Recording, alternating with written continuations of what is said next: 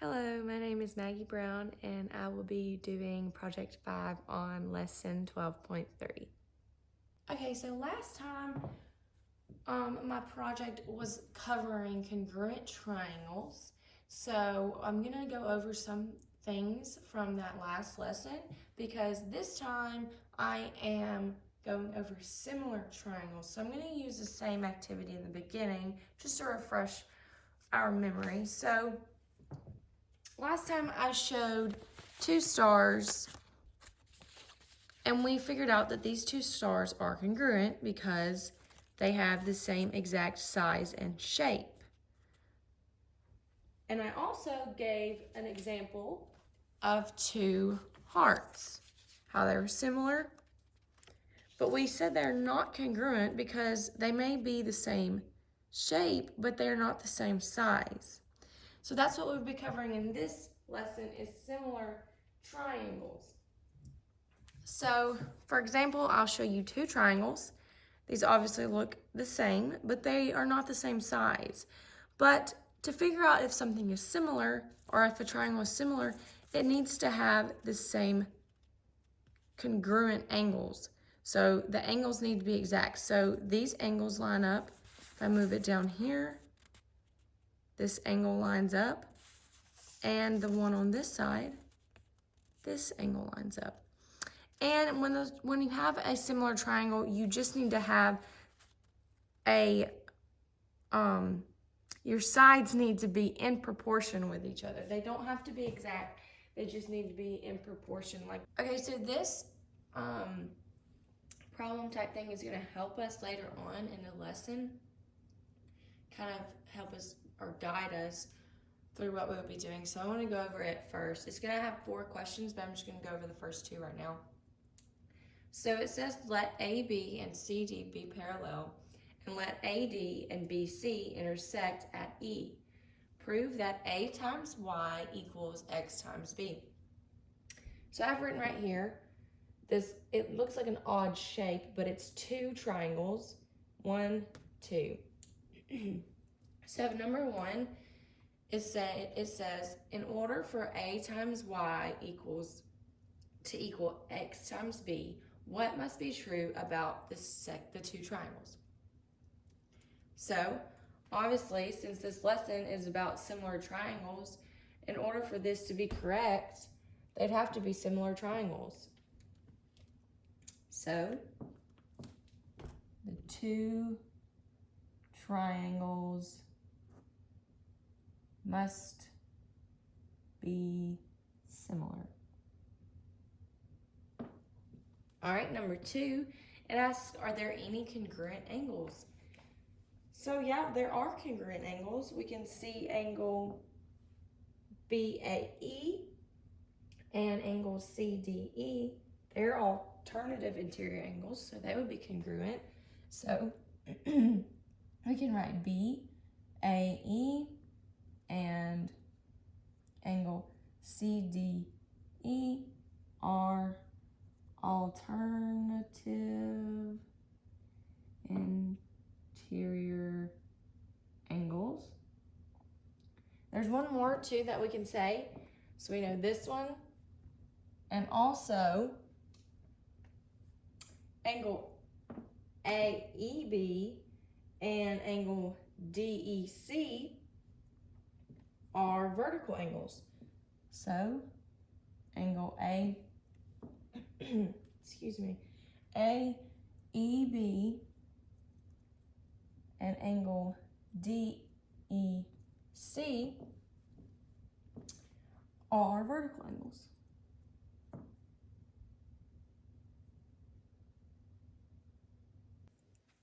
Okay, so this is the next part of this question. So question 3 says, which of the following ratios is true regarding the 2 triangles? So if we look at all our options, the one that would make the most sense would be C, as C is AE over DE is equal to BE over CE. So these are saying it's equal, this and this is equal, which would make sense while these other ones, some of them are all over the place, not making really any sense. So that would be C. Okay, the last question in this whole entire question is which of the following ratios matches the ratio above? So remember, we're trying to prove that A times X equals X times B. So out of these four equations given, or out of these four ratios given, which one matches? So if you're to set something up like this, you're going to cross multiply, which is what we're going to do later on in this lesson. So this is why I wanted to review it so we know where it's coming from. So if we were to multiply A times X, that's not what we want. So that's obviously not A. If we were to multiply B times X, we can see B and X are multiplied. Let's make sure that it's Y and A that's multiplied. So this is the ratio that matches our A times Y equals X times B. So, which I kind of said that wrong. I should have said A times Y instead of B times X. But either way works. It still ends up the same. So keep in mind this equation because we are going to be using it later on to figure out some of our similar triangles. All right, so for the first question that I'm going to go over in 12.3, it says, in each part of the problem, a pair of similar triangles is shown. Find the measure of the segment marked with the letter A, B, C, or D. So I have two triangles shown or drawn right here, and we're going to go over part A first. This will be a two-part question. My triangles do look a little funky, but we'll just roll with it. Okay, so by the AA, which is the angle-angle property, the two triangles that are shown are similar because the two pairs of corresponding angles are congruent. So since these triangles are similar, their corresponding sides are proportional as well, just like we went over in my little example. Okay, so we are going to write a proportion to solve for the unknown side. So obviously, as you can see here, we're solving for A because we do not know that side length. So I'm going to explain to you how we're going to set this up, and it's going to be a little bit of algebra, which I think is fun because we haven't had to do a lot. This mainly covers geometry, so I think that's kind of exciting. So the length of the side in the first triangle that corresponds to the side with length 9 is 6. So we're going to write our little,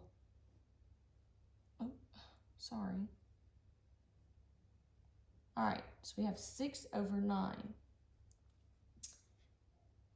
equals 2, and so we've got to find the length of the side in the first triangle that corresponds to the unknown segment A. So we will write 10 over A.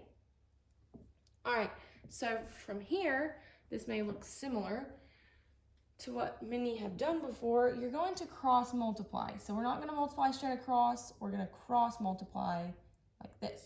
So we're going to say 6A equal to 9 times 10, that's 90. So from here, we're going to divide our 6. So 90 divided by 6 would be 15. So A, our unknown side length, is 15. Okay, part B is just like part A.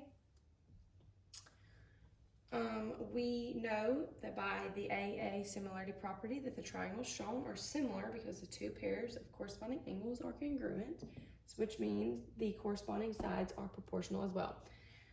So we're going to set up our problem. We're going to once again write a proportion to solve the unknown side.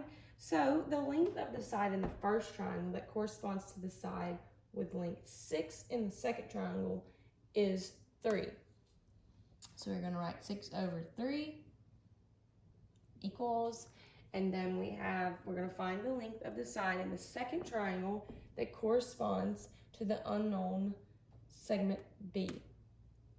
So we're going to write 16 over B. Then from here, once again, cross multiply, fun step.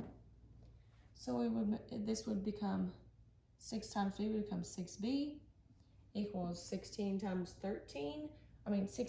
3, sorry, which would be 48. From here, we would divide by 6. 48 divided by 6 is 8.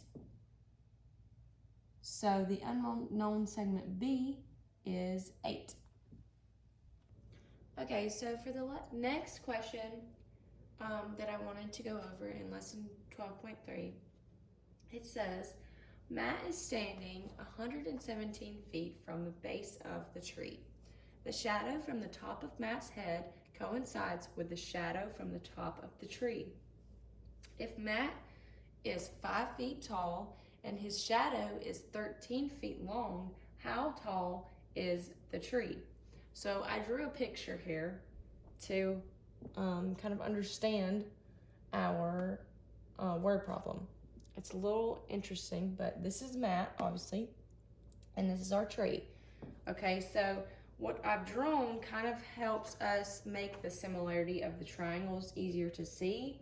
So the tree, the larger triangle is the tree on the right, and the smaller triangle is the one with Matt.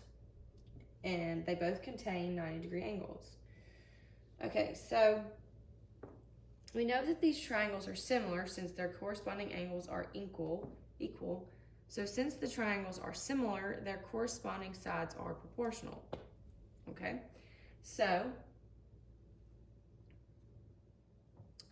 we are going to let x stand for the height of the tree. So we're going to be solving for x. Since it didn't give us a letter or side or anything to solve for, we're going to solve for x.